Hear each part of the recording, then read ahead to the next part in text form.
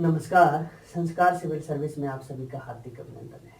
आज हम लोग भारत श्रीलंका संबंध का द्वितीय चरण प्रारंभ कर रहे हैं। इसमें हम लोग ये कोशिश करेंगे कि जो एग्जाम से संबंधित महत्वपूर्ण मुद्दे हैं उनको यहाँ पे उठाया जाए। महत्वपूर्ण मुद्दों में जैसे मछुआरों का मुद्दा, तमिल मुद्दा, आर्थिक संबंध, ये सब और कैसे भारत श्रीलंका के बीच का जो संबंध है ये कैसे मधुर किया जाए और कैसे चीन का जो वर्चस्व है हिंद महासागर में उसको कैसे काउंटर किया जाए, ये सब मुद्दा को हम लेंगे। आप सोच रहे होंगे कि ये छोटा छोटा मुद्दा उठाने का क्या मतलब है। मुद्दा उठाने का ये मतलब है कि कभी कभार जैसे क्वेश्चन का पूछने का जो तरीका है ये जिस रूप में बदल रहा है। जैसे पिछले साल का क्वेश्चन आप देखेंगे उसमें भारत अफगानिस्तान और चाबहार बंदरगाह को लेकर सिर्फ आर्थिक संबंध के बारे में पूछा, जो बहुत ही दुरूह था लिखना। अगर सामान्य छात्र अगर बेहतर तैयारी होलिस्टिक वे में तैयारी नहीं करेंगे तो वो थोड़ा सा टफ था। तो उस प्रश्न को अगर कोई सामान्य छात्र लिखेगा तो क्या लिखेगा आप देखिए। जैसे हम इसको एक एग्जाम्पल के रूप में देख सकते हैं। वो लिखेगा तो लिखेगा कि भारत अफगानिस्तान का संबंध ऐतिहासिक है, सदियों पुरानी है।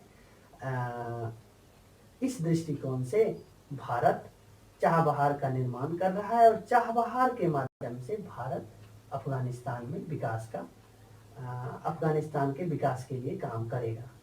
ये है, ऐसा नहीं, ये गलत है। ऐसा गलत तो नहीं कर सकते हैं, लेकिन आपसे ये उम्मीद किया जाता है कि आप एक होलिस्टिक वे में एक डाइवर्सिफाई आंसर लिखें। कैसे लिखें तो फिर प्रश्न उपस्थित होता है कैसे लिखें, तो इसका तरीका अलग अलग होता है, छात्र छात्र पर निर्भर करता है। जैसा हमने सोचा है, जैसा हम चाह रहे हैं आप ऐसे दे सकते हैं। हो सकता है आपके अनुसार गलत हो, किसी और के अनुसार सही हो, लेकिन मेरा ये मानना है कि अगर आप ऐसे लिखें कि उदारीकरण भूमंडलीकरण के इस वर्तमान विश्व में एक और चीन के द्वारा OBOR one road one belt परियोजना का निर्माण किया जा रहा है, वहीं दूसरी ओर भारत OBOR में शामिल नहीं है। इस दृष्टिकोण से भारत कनेक्ट सेंट्रल एशिया नीति के तहत चाबहार का निर्माण कर रहा है। चाबहार के माध्यम से न केवल पश्चिम एशिया, मध्य एशिया और यूरोप के मध्य कनेक्टिविटी बढ़ेगा, बल्कि भारत पाकिस्तान पे अपनी अंतर्निर्भरता को कम करके अफगानिस्तान में बेहतर विकास को करने में सफल होगा। तो ये में आपको भी लग रहा होगा कि एक तो OBOR को समेट लिया गया, भूमंडलीकरण उदारीकरण को समेट लिया गया, दूसरी तरफ में आप देखें मध्य एशिया, सेंट्रल एशिया, पश्चिम एशिया और यूरोप को समेट लिया गया और पाकिस्तान को समेट लिया गया। तो ये एक, अगर आप ऐसे लिखते हैं तो एक होलिस्टिक वे में कहा जाएगा, माना जाएगा और आपका आंसर रुचिकर तरीके से वो पढ़ेंगे, और जब रुचिकर तरीके से पढ़ेंगे तो अच्छा मार्क्स आएगा। कहा जाता है कि बहुत से सारे विशेषज्ञ का ये मानना है कि आंसर में मतलब एग्जाम में बेहतर मार्क्स लाने का एक तरीका है कि अगर जो कॉपी चेक कर रहे हैं वो टीचर आपका आंसर स्टार्टिंग से लेके लास्ट तक सिर्फ पढ़ दें। अगर आप उनको पढ़ा दें, ऐसा रुचिकर लिखें जिससे आपका आंसर पढ़ते जाए, तो आपको एवरेज से बहुत ऊपर आंसर मार्क्स मिल सकता है, अदरवाइज एवरेज से नीचे रहेगा। तो ये मेरा एक सुझाव था, ऐसे अपने तरीके से आप करिए। अभी हम जैसे मुद्दे में बात की, जैसे तमिल इशू को इसी रूप में विश्लेषण के रूप में देखेंगे कि अगर तमिल इशू सिर्फ दे दिया जाए, इंट्रोडक्शन कैसा होगा, कंक्लूजन कैसा होगा, और फैक्चुअल डेटा है उसको कैसे विश्लेषण के रूप में हम समाहित करें, इस रूप में हम यहाँ पे देखेंगे।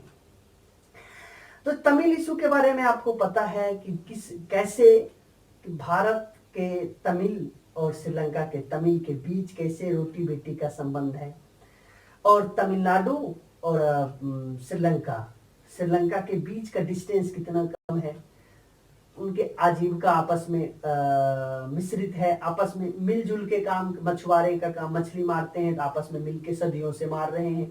हाँ, और उनका रोटी बेटी का संबंध है, उनका संबंध भारत में है, इनका संबंध श्रीलंका में है। जैसे आप यहाँ पे देख सकते हैं बिहार के मधेसी जो हैं, बिहार उत्तर प्रदेश और नेपाल के जो बिहार के और नेपाल के बीच का जो संबंध है मधेसियों का, उसको देख सकते हैं। इस रूप में रोटी बेटी का संबंध है। और आपने फर्स्ट लेक्चर में ये भी देखा कि 1950 के बाद अर्थात 1948 से ही वहां पे तमिल इशू एक मूल मुद्दा बन के उभरा ना, और आगे जाके गृह युद्ध के रूप में परिवर्तित हो गया और एक लिट्टे नामक संस्था का उदय हुआ जो तमिल इलम के रूप में वो मांग रखा, और आगे जाके आपने देखा लिट्टे का सफाया हो गया। तो जिस रूप में तमिल अलगाववादी अर्थात अलगाववादी कह सकते हैं, वहां के दृष्टिकोण से तमिल राष्ट्र एक अलग राष्ट्र की मांग कर रहे थे, तो तमिल की जो सरकार थी इनको लगा ये हमारे मतलब संपर्क, ये हमारे राष्ट्र के लिए खतरा है, आंतरिक सुरक्षा पे ये खतरा है। तो इस रूप में अगर आप देखें तो तमिल इशू को आप जानते हैं, उसको हम कैसे लिखें, तो आप उसको एक एंगल से और तमिलनाडु के दृष्टिकोण से अगर तमिल को देखें तो तमिलनाडु जैसे ही 1948 से तमिल इशू बढ़ना प्रारंभ हुआ, तो ये इशू माइग्रेट, ये जो तमिल श्रीलंका के तमिल थे, ये यहाँ आके भारत आके बसना प्रारंभ कर दिए।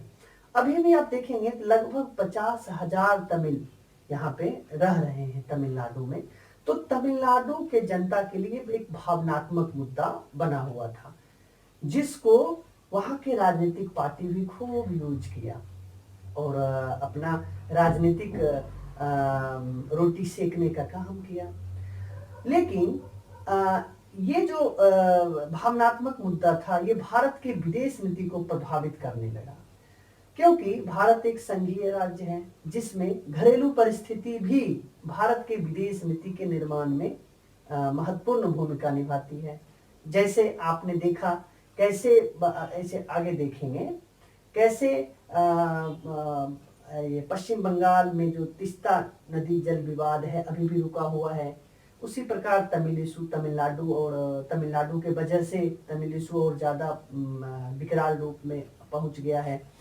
तो ये था, तो इसको हम कैसे लिखें, और इसको अगर होलिस्टिक वे में लिखना हो, अगर इंट्रोडक्शन करना हो इस सिर्फ तमिल इशू पे, तो हम क्या करेंगे, हम इस रूप में लिख सकते हैं कि दक्षिण एशिया में विवाद का मूल कारण निर्जातीय संघर्ष है।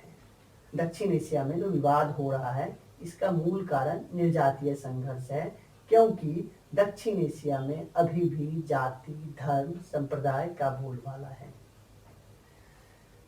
क्योंकि दक्षिण एशिया में भी जाति, धर्म, प्रजाति का अत्यधिक प्रभाव है। इसका सबसे बड़ा उदाहरण श्रीलंका में देखा जा सकता है, तमिल मुद्दे को के रूप में देखा जा सकता है। इसे लिख सकते हैं इंट्रोडक्शन। इसको आप नेपाल के साथ भी लिख सकते हैं, सब कुछ सेम रहेगा। दक्षिण एशिया में विवाद का मूल कारण निर्जातीय संघर्ष है, क्योंकि दक्षिण एशिया में अभी भी जाति, धर्म, प्रजाति का अत्यधिक बोलबाला है या अत्यधिक प्रभाव है। इसका सबसे बड़ा उदाहरण नेपाल में देखा जा सकता है। अगर आपको सिर्फ मधेसी से संबंधित पूछ दिया तो इस रूप में लिख सकते हैं। अब जितने भी फैक्चुअल डेटा है उसको कैसे विश्लेषण में समाहित किया जाए उसको लिखेंगे। आप लिखेंगे कि भारत और पड़ोसी की सीमा मिलने के कारण श्रीलंका के तमिल का संबंध भारत के तमिलनाडु राज्य के तमिल से है। आपने देखा कैसे सीमा का, जो श्रीलंका का सीमा और तमिलनाडु का सीमा कितना कम दूरी है, और रोटी बेटी का संबंध है तमिलनाडु से है। मतलब भारत और पड़ोसी की सीमा मिलने के कारण श्रीलंका के तमिल का संबंध भारत के तमिलनाडु राज्य के तमिल से है। इसीलिए भारत की घरेलू परिस्थिति भी पड़ोसी देशों के साथ संबंधों का निर्माण करने में योगदान देती है। इसी के फलस्वरूप यह भी देखा जाता है कि भारत विरोध के रूप में पड़ोसी देशों में राष्ट्रवाद का जन्म होता है। भारत विरोध के रूप में पड़ोसी देशों में राष्ट्रवाद का जन्म होता है। जैसे नेपाल में देखेंगे भारत विरोध के रूप में होता है, यहाँ तक कि भूटान में भी भारत विरोध के रूप में होता है, पाकिस्तान में भी भारत विरोध के रूप में होता है।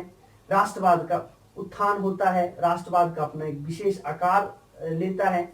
आप देखेंगे भारत में भी पाकिस्तान के अगेंस्ट होता है, नहीं कि भूटान के अगेंस्ट, नहीं कि नेपाल के अगेंस्ट।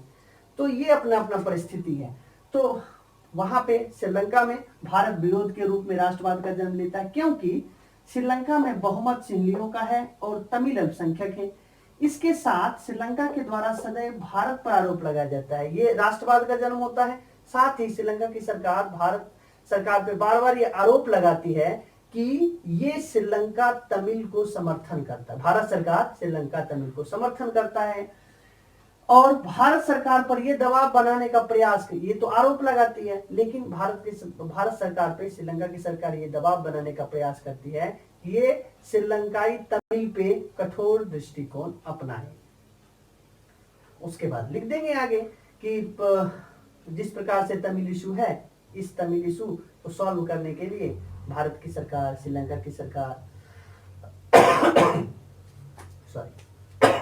बैठ के बातचीत के माध्यम से तमिल इशू का समाधान करने की जरूरत है। आगे लिख देंगे, कंक्लूजन हो जाएगा आपका। तो ये तमिल इशू को लिख सकते हैं, इंट्रोडक्शन, उसके बाद डेटा 1948 से क्वेश्चन के अनुरूप, क्वेश्चन जिस रूप में पूछ रहा है वो डेटा, उसको फिर समाहित कर दीजिए सभी डेटा को, उसके बाद कंक्लूजन दे दीजिए। तमिल इशू से संबंधित कोई भी क्वेश्चन आपका बन जाएगा। दूसरा देखते हैं मछुआरों का मुद्दा। मछुआरों के बारे में आपको पता है कि जो तमिल इशू है, तो मछुआरे जो तमिल थे, तमिल जो हैं, तमिलनाडु के तमिल और श्रीलंका के तमिल, श्रीलंका के जो लोग हैं, ये जो मछली मारते हैं, मछली से आजीविका चलाते हैं, मछली मार के अपना आजीविका चलाते हैं।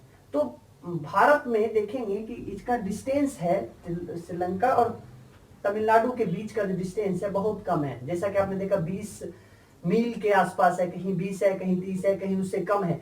तो पाक स्टेट में मछली मारने का जो आप देखेंगे वहां पे भारत की ओर से, भारत का समुद्र छिछला है, जिसके वजह से वहां मछलियां कम आती है, गहरे समुद्र में मछलियां ज्यादा आती है। तो भारत के जो मछुआरा हैं या तमिलनाडु के जितने मछुआरे हैं, ये मछली मारते मारते समुद्री सीमा में दखल, मतलब समुद्री सीमा में, मतलब श्रीलंका के सीमा में प्रवेश कर जाती है, क्योंकि फिजिकल सीमा तो है नहीं। और समस्या ये भी है कि जीपीएस नहीं है। जैसे जीपीएस अगर होता, बोट में अगर जीपीएस होता तो तुरंत कनेक्शन, मतलब वो आ जाता कि देखिए आगे श्रीलंका की सीमा प्रारंभ हो रही है, वो भी नहीं है।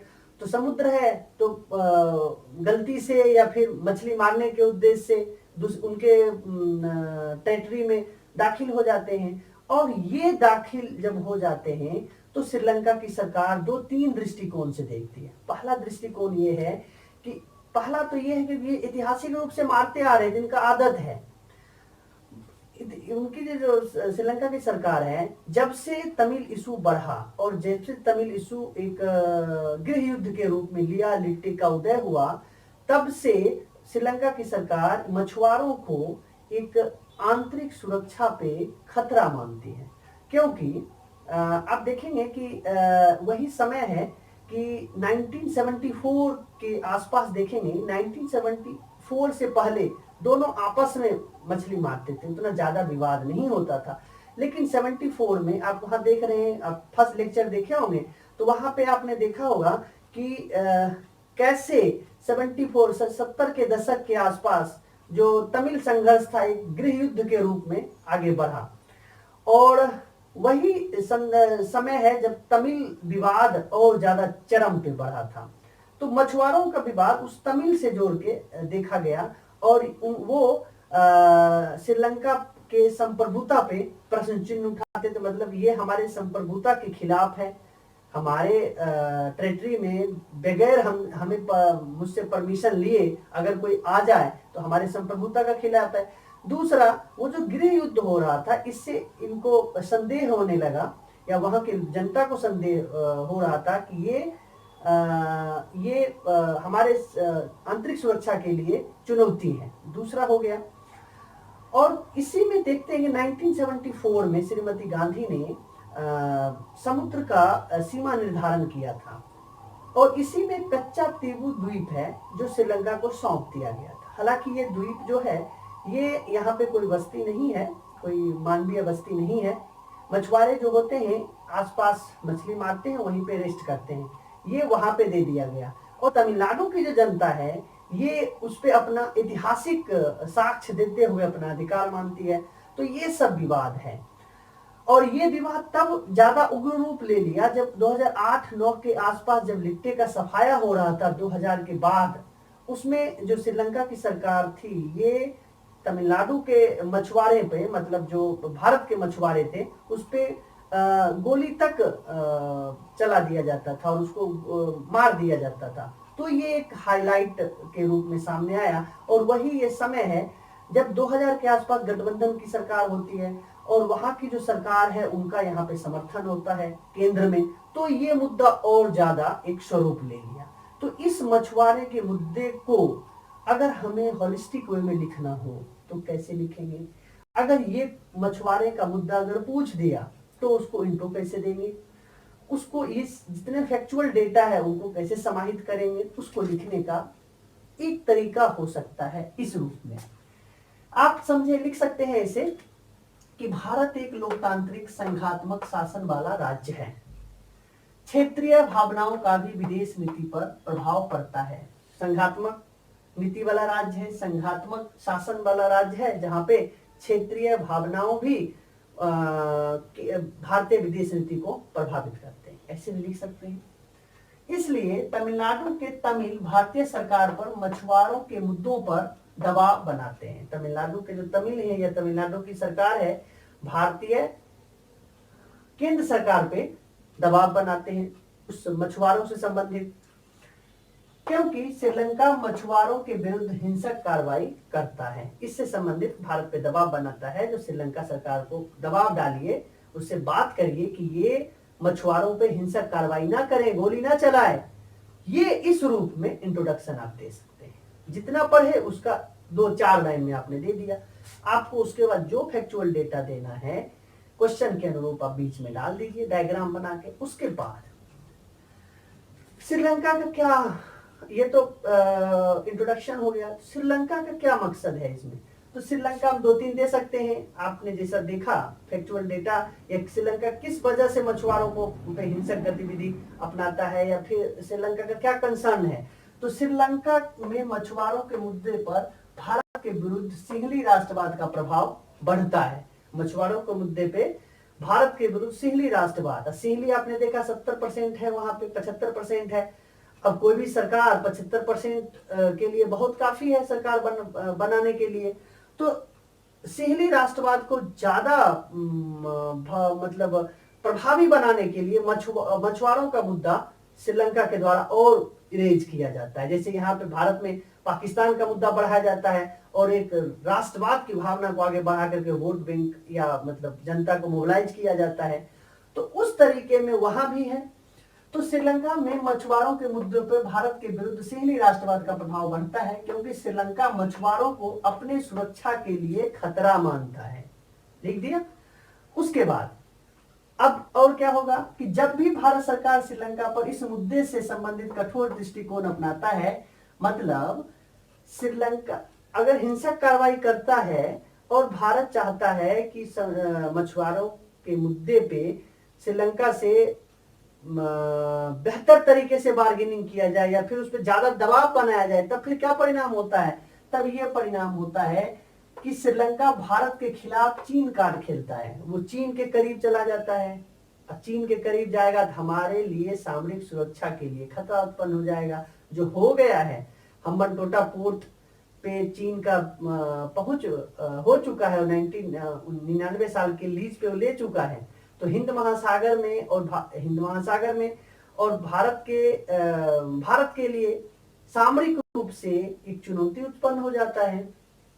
तो चीन कार्ड खेलता है और चीन के निकट स्वाभाविक रूप से निकटता बढ़ा देता है, जो भारत की सुरक्षा के लिए चुनौती मानी जाती है। तो इस रूप में आप मछुआरे के मुद्दे को लिख सकते हैं। भारत का पड़ोसी प्रथम की नीति, भारत का पड़ोसी प्रथम की नीति के तहत अगर आप क्वेश्चन पूछते, प्रथम नीति के तहत सरकार क्या कर रही है, हालांकि ये पूरा पड़ोसी के रूप में पूछेगा। अगर श्रीलंका के दृष्टिकोण से पूछे तो क्या करेंगे। अब इसमें मूल मुद्दा क्या था, आपने देखा कि मूल मुद्दा 2014 तक मछुआरों और तमिल का भावनात्मक मुद्दा था, जो विदेश नीति को प्रभावित कर रहा था श्रीलंका के साथ संबंध को प्रगाढ़ करने के लिए। और यही परिणाम था कि 2014 तक संबंध इतने बेकार थे। लेकिन 2014 के बाद आपने देखा फर्स्ट लेक्चर में कैसे संबंध में शिफ्टिंग हो रहा है। तो अब क्या परिदृश्य क्या हुआ, तो केंद्र में एक मजबूत सरकार आई जिसका पूर्ण बहुमत है। श्रीलंका के जो सरकार है, श्रीलंका की जो राजनीति है, वह इसके नीति पे कम प्रभावी होता है तुलनात्मक रूप से। तो उसको इस रूप में लिख सकते हैं कि प्रधानमंत्री मोदी के द्वारा भारत श्रीलंका के बीच विद्यमान तमिल मुद्दे और मछुआरे जैसे मुद्दे या तमिल मुद्दे जैसे विवाद को पीछे करने का प्रयास किया जा रहा है ना, और आतंकवाद और सुरक्षा के साझी समस्या को दिखाने का प्रयास किया जा रहा है। अब प्रधानमंत्री मोदी क्या कर रहे हैं, तमिल मुद्दा और जो मछुआरों का मुद्दा है उनको पीछे करके उनको बोल रहे हैं, देखो भाई आतंकवाद, ईस्टर के मौका पे वहां भी आतंकवादी हमला हुआ, तो ये कह रहे हैं आतंकवाद और सुरक्षा, समुद्री सुरक्षा, तो आतंकवाद और सुरक्षा की साझी दिखाया जाता है, ये चुनौती के रूप में आगे बढ़ा जाता है। ये हमारे लिए भी नुकसानदायक है, आपके लिए भी नुकसानदायक है। उसको पीछे करके इसको आगे बढ़ाने का प्रयास किया जा रहा है, ताकि दोनों में परस्पर साझे लाभ को देखते हुए संबंध का एक नया आकार बने और जो विवाद के मुद्दे हैं वो बाद में हल किया जाए। तो इस रूप में दे सकते हैं। प्रधानमंत्री मोदी ने अब क्या किए, प्रधानमंत्री मोदी ने पड़ोसी प्रथम के तहत प्रो एस्टेब्लिशमेंट नीति को अपनाते हुए यह निश्चय किया है कि श्रीलंका के सभी दलों और पक्षों के साथ मित्रतापूर्ण संबंध का विकास होगा। जैसे पिछले सरकार या और सरकार क्या करती थी कि जैसे राजपक्षे सरकार भारत विरोधी है तो उससे संबंध को पूर्वाग्रह के रूप में देखती थी और संबंध को बेहतर करने का प्रयास उतना इफेक्टिव तरीके से नहीं हो पाता था। लेकिन ये सरकार प्रो एस्टेब्लिशमेंट नीति के तहत, अर्थात जो भी सरकार है मुझे उससे फर्क नहीं पड़ता है, हम श्रीलंका के साथ संबंध कर रहे हैं, ना कि पार्टी के साथ, ना कि श्रीसेना पार्टी के साथ, ना कि राजपक्षे पार्टी के साथ। तो प्रो एस्टेब्लिशमेंट नीति के तहत सरकार संबंध को आगे बढ़ाने का प्रयास किया जा रहा है। इसी प्रो एस्टेब्लिशमेंट नीति का ये परिणाम है कि भारत विरोधी सरकार होने के बावजूद श्रीलंका में राजपक्षे को एक माना जाता है कि भारत विरोधी है, फिर भी एस जयशंकर ने वहां पे गए, एस जयशंकर का वहां पे यात्रा हुआ और इसका परिणाम ये हुआ कि श्रीलंका भारत फर्स्ट की नीति अपनाया और गोटबाया राजपक्षे भारत आए। श्रीलंका के सभी दलों और पक्षों के साथ मित्रतापूर्ण संबंध का विकास कर रहा है पड़ोसी प्रथम नीति के तहत। उसके बाद सरकार ने पहलकारी विदेश नीति अपनाते हुए गोटबाया राजपक्षे के निर्वाचन के तत्काल बाद विदेश मंत्री एस जयशंकर की यात्रा की गई। परिणाम स्वरूप श्रीलंका ने भारत प्रथम नीति को आगे बढ़ाया। ये पड़ोसी प्रथम नीति को टच कर देंगे, तो ये इसके साथ भी कर सकते हैं, नेपाल के साथ आएगा तो सबको, श्रीलंका के साथ ये है, नेपाल के साथ ये है, बांग्लादेश के साथ ये है, जो भी क्वेश्चन डिमांड के अनुसार आप कर देंगे। अब हम इसमें देख लें कि श्रीलंका के बीच आर्थिक संबंध क्या है। आर्थिक संबंध को भी इंट्रोडक्शन लिखना हो तो आर्थिक संबंध में इस रूप में भी लिख सकते हैं कि जैसे आप नॉर्मल तरीके से नहीं लिख सकते, थोड़ा सा इसको घुमा दीजिए कि जिस प्रकार वर्तमान उदारीकरण भूमंडलीकरण के इस वर्तमान विश्व में एक और आरसीईपी का निर्माण हो रहा है। आरसीईपी देख रहे हैं वहां पे, आरसीईपी का निर्माण हो रहा है। दूसरी ओर भारत आरसीईपी का सदस्य नहीं है, भारत आरसीईपी का सदस्य नहीं है। इस दृष्टिकोण से पड़ोसी देशों के साथ नहीं, इससे पहले ये दे सकते हैं आर्थिक मतलब भारत आरसीईपी का सदस्य नहीं है और भारत का जो महत्वाकांक्षी योजना है कि 2024 तक 5 ट्रिलियन इकोनॉमिक अर्थव्यवस्था बनाने के लिए भारत को 5 ट्रिलियन अर्थव्यवस्था का निर्माण करने के लिए पड़ोसी देशों के साथ संबंध को बेहतर करने की जरूरत है। इस दृष्टिकोण से श्रीलंका भारत के लिए बहुत ही महत्वपूर्ण है। आरसीईपी को समेटते हुए आप श्रीलंका को समेट लीजिए, इस रूप में लिख सकते हैं। पूरा पड़ोसी देश के साथ श्रीलंका को भी समेट लीजिए। तो आर्थिक संबंध हो गया। आर्थिक संबंध में अगर आप देखें, थोड़ा सा फैक्चुअल डेटा पिछले बार नहीं इसमें आया था। आर्थिक संबंध में आप देखें कि 1998 में मुक्त व्यापार समझौता हुआ जो 2000 से लागू हुआ, जो जिसका परिणाम ये हुआ कि लगभग 2000 से पहले भारत और श्रीलंका के बीच का जो संबंध था, आर्थिक संबंध, ये लगभग 1 बिलियन यूएस डॉलर था द्विपक्षीय संबंध। लगभग उससे भी कम था, 0.7 लगभग होगा। लेकिन इसका ये परिणाम हुआ कि मुक्त व्यापार समझौता हुआ, इसका परिणाम हुआ अभी भारत श्रीलंका के बीच लगभग 5 बिलियन यूएस डॉलर है। इसको देखते हुए आगे सीपा समग्र आर्थिक समझौता भी करने का प्रस्ताव किया जा रहा है। सीपा पहले देखेंगे कि श्रीलंका का सबसे बड़ा द्विपक्षीय व्यापार पहले था, हालांकि अब चीन हो गया है। सबसे बड़ा निवेशक था, सबसे बड़ा द्विपक्षीय व्यापार भारत था, लेकिन अब उसका स्थान चीन ले लिया, भारत दूसरा हो गया है। 5 बिलियन यूएस डॉलर अब चीन हो गया है। 2001 में द्विपक्षीय व्यापार 0.7 बिलियन यूएस डॉलर था, जो 2017 में 5 बिलियन हो गया है। देखिए मुक्त व्यापार के माध्यम से कैसे मतलब द्विपक्षीय व्यापार बढ़ रहा है। 2001 में भारत निर्यात करता था 0.5 बिलियन यूएस डॉलर, अब लगभग 4.5 बिलियन यूएस डॉलर निर्यात कर रहा है, भारत निर्यात कर रहा है। किस रूप में? ये भारत के पक्ष में व्यापार संतुलन है, इसीलिए बहुत जरूरी है संबंध को बेहतर करना। भारत श्रीलंका में दूसरा सबसे बड़ा निवेशक है। श्रीलंका में भारत दूसरा सबसे बड़ा निवेशक बना हुआ है, पहले पहला था। वहीं श्रीलंका का भारत में एफडीआई अगर देखें तो 52वां है। श्रीलंका भी भारत में आ रहा है। थोड़ा सा अगर आपके पास फैक्चुअल डेटा हो तो भारत यहाँ पे जो निवेश कर रहा है कुल देशों में, श्रीलंका जो निवेश कर रहा है कुल देशों में श्रीलंका का स्थान 52वां है, 52, और भारत का स्थान श्रीलंका में दूसरा है, पहला चीन है। सबसे पहले तो भारत ही था, लेकिन अब दूसरा हो गया है। 2009 के बाद क्या कर रहा है श्रीलंका में, जैसे लिट्टे का वहां सफाया हुआ, उसके बाद कहा जाता है निर्जातीय संघर्ष खत्म हो गया, वो समस्या का सोल्यूशन हो गया कहा जाता है। उसके बाद भारत भी वहां पे श्रीलंका के पुनर्निर्माण में अरबों डॉलर का खर्च किया है, जैसे रेल लाइन, आकस्मिक एम्बुलेंस सेवा, लगभग 50,000 घरों का निर्माण किया जा रहा है, जिसमें लगभग 44,000 घर, 40,000 से अधिक घर का निर्माण कर दिया गया है। ये किया जा रहा है। हाल में भी गोटबाया राजपक्षे आए थे। हाल में जो वर्तमान सरकार है, मोदी जी हैं, वो श्रीलंका को लगभग 45 करोड़ डॉलर की सहायता दिए हैं। आर्थिक विकास के लिए 40 करोड़ डॉलर दिए हैं और 5 करोड़ अंतरिक्ष सुरक्षा के लिए दिए, वो छोड़ दीजिए। टोटल है 45 करोड़ डॉलर का लाइन ऑफ क्रेडिट दिया गया है।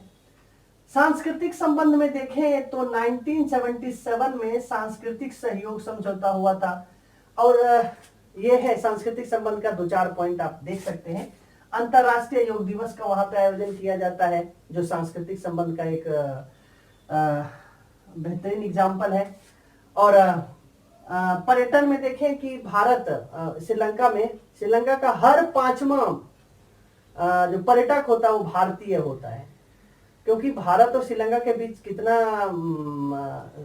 सांस्कृतिक रूप से कितना जुड़ाव है। वहां पे लंकापति रावण थे, वहां पे अशोक वाटिका है, वहां पे अनेक ऐसे साक्ष्य, लगभग 40-50 ऐसे साक्ष्य हैं जो पर्यटन के लिए बहुत ही महत्वपूर्ण है। भारत के लिए श्रीलंका देखेंगे कि श्रीलंका क्या है, श्रीलंका में बौद्ध धर्मावलंबी ज्यादा है, तो भारत में भी बौद्ध के लिए बहुत सारे स्तूप हैं, मठ हैं, जैसे बिहार के गया है। उसके लिए यहाँ भारत भी उनके लिए बेहतर हो सकता है, स्थान हो सकता है, टूरिस्ट प्लेस, धार्मिक टूरिस्ट के रूप में। तो पर्यटन भी एक आर्थिक मतलब सहयोग के रूप में, आर्थिक संबंध के रूप में पर्यटन भी एक महत्वपूर्ण स्थान हो सकता है। श्रीलंका में क्या कर रही है सरकार? श्रीलंकाई छात्रों को छात्रवृत्ति दे रही है ताकि वहां का डेवलपमेंट हो। पर्यटन में आपने देखा भारत क्या कर रही है, भारत सरकार ने ई टूरिस्ट वीजा प्रारंभ किया है। भारत ने ई टूरिस्ट वीजा, ताकि श्रीलंका के लोग यहाँ पे बिना रोक टोक के, मतलब ज्यादा उनको हडल ना हो, यहाँ पे टूरिस्ट के रूप में, पर्यटक के रूप में आ सके। तो ये पर्यटन के लिए है। फिर क्रिकेट कूटनीति को मधुर किया जा रहा है। क्रिकेट के माध्यम से संबंध को और बेहतर करने का प्रयास किया जा रहा है। तो ये सब है श्रीलंका के आर्थिक संबंध, सांस्कृतिक संबंध, ये सब है।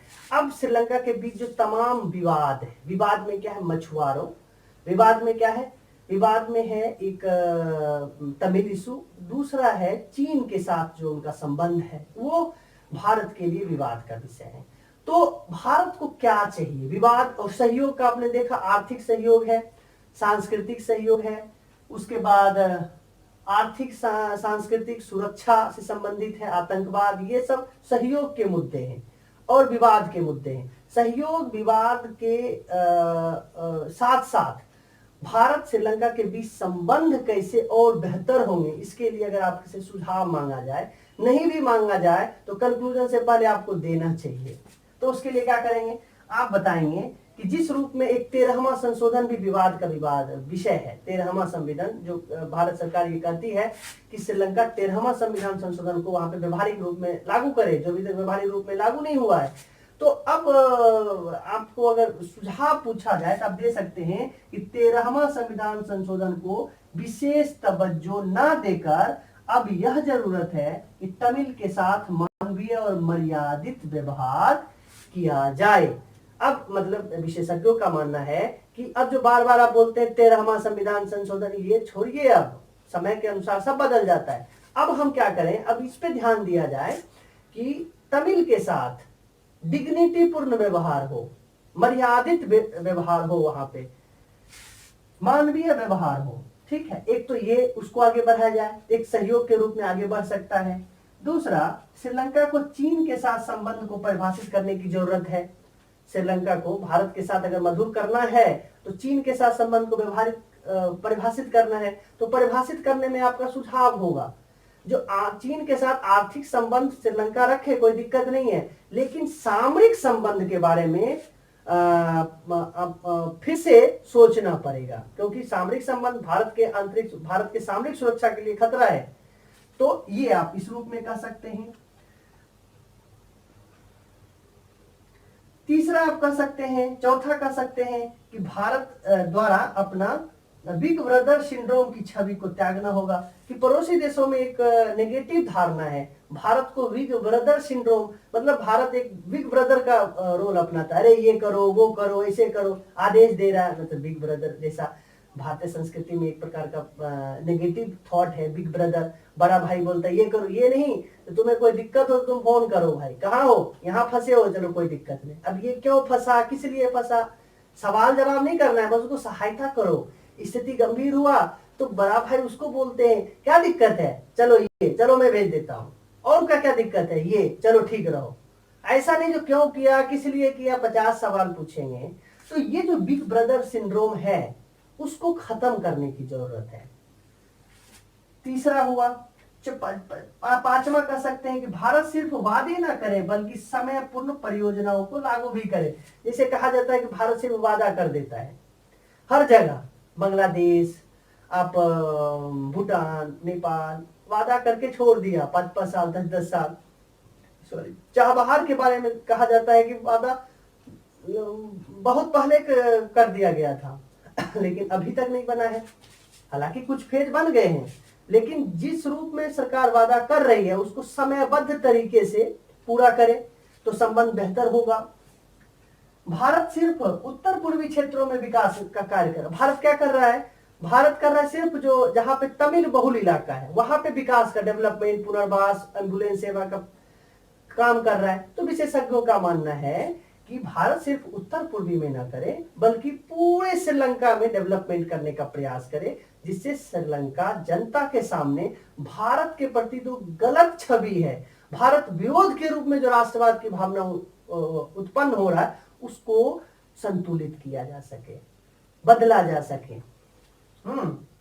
तो इस रूप में श्रीलंका के साथ संबंध को प्रगाढ़ किया जा सकता है। साथ में सांस्कृतिक संबंध को और बेहतर करने की जरूरत है और ज्यादा फ्लेक्सिबल बनाने की जरूरत है। जैसे क्रिकेट कूटनीति को और अधिक प्रगाढ़ करने की जरूरत है, जिससे श्रीलंका और भारत के बीच एक बेहतर, एक सकारात्मक संदेश जाए जनता के प्रति और एक संबंध का एक बेहतर स्वरूप सामने आए। इस रूप में आपने देखा कि कैसे विश्लेषण किया जाए। जरूरी नहीं है कि ये ही एब्सोल्यूट है, हो सकता है आपके दृष्टिकोण से कुछ और हो सकता है। अगर ऐसा आपको लग रहा है तो आप नीचे कमेंट बॉक्स है, उसमें कमेंट करके बताइए, ताकि हम और ज्यादा बेहतर कर सकें और अच्छा कर सके। और हम उम्मीद करते हैं कि आप ऐसा करेंगे। आप हमारे साथ इतना देर बने रहे, इसके लिए आपको बहुत बहुत धन्यवाद। आप, हमें उम्मीद है कि आप सब्सक्राइब कर लिए हो, थोड़ा सब्सक्राइब करिए, शेयर करिए और लाइक भी करिए। फिर से हम नेक्स्ट वीडियो में मिलेंगे, तब तक के लिए